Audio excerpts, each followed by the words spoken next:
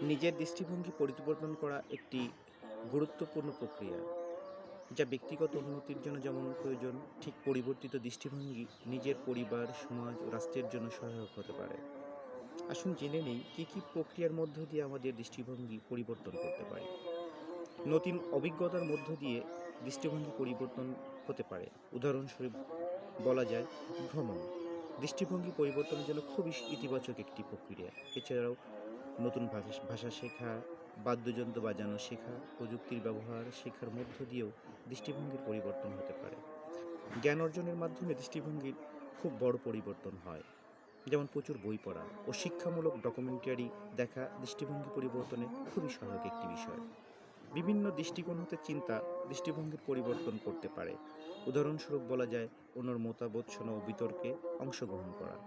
মননশীলতা অনুশীলনের মাধ্যমে ইতিবাচক দৃষ্টিভঙ্গি পাওয়া যায়, যেমন ধ্যান ও নিয়মিত ডায়েরি লেখা। ছোট ও বড় লক্ষ্য নির্ধারণ করে সেটা অর্জনের মাধ্যমে দৃষ্টিভঙ্গির পরিবর্তন করা যায়। সামাজিক সম্পর্কের উন্নয়নের মধ্য দিয়েও দৃষ্টিভঙ্গি পরিবর্তন করা যায়। আমাদের দেশে অনেকেই খুব ভালো চাকরি করে, খুব ভালো ব্যবসা করেন। আরও যারা কেউ প্রবাসে থাকেন, যারা যে পেশাতেই আছেন, আসুন আমরা নিজেদের দৃষ্টিভঙ্গি পরিবর্তন করে সমাজ ও বিশ্বকে ভালো রাখার প্রচেষ্টায় নিজেদের অবদান রাখি।